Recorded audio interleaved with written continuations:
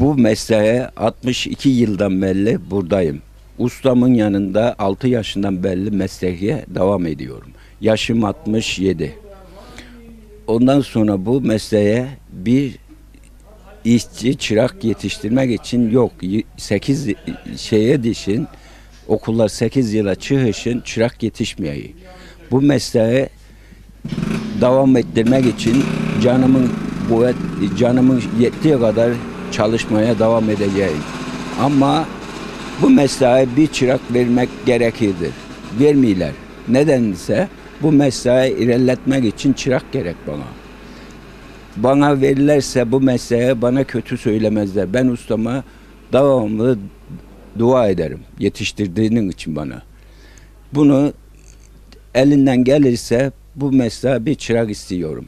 Kahramanmaraş'ta bir tek olarak külekçi ben kaldım. Başka yoktur. Peki neler yapıyorsunuz el işçiliği? Yoğurt külah, tapla, düskülan, her şey maddi yapıyoruz. Kaşık, muşuk hepsi yapılıydı.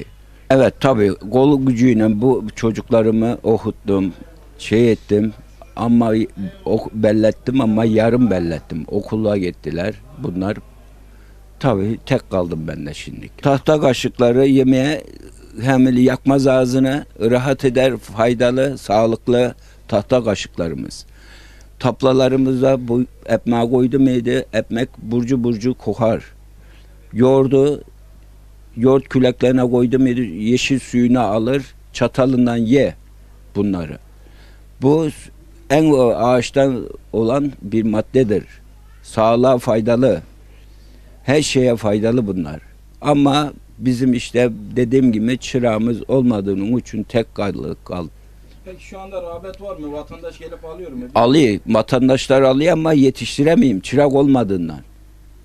Çırak olsa bana yardımcı olur. Sağlıklıdır bunlar. Sağlıklı yani insan gücünün faydalıdır. 3 tane çırak yetiştirdim. Onlar da yarım bıraktı gitti. Burun yitiler bunlar. Neymiş? El işi. El işi yaparsan daha faydalı olur. Daha güçlü olur.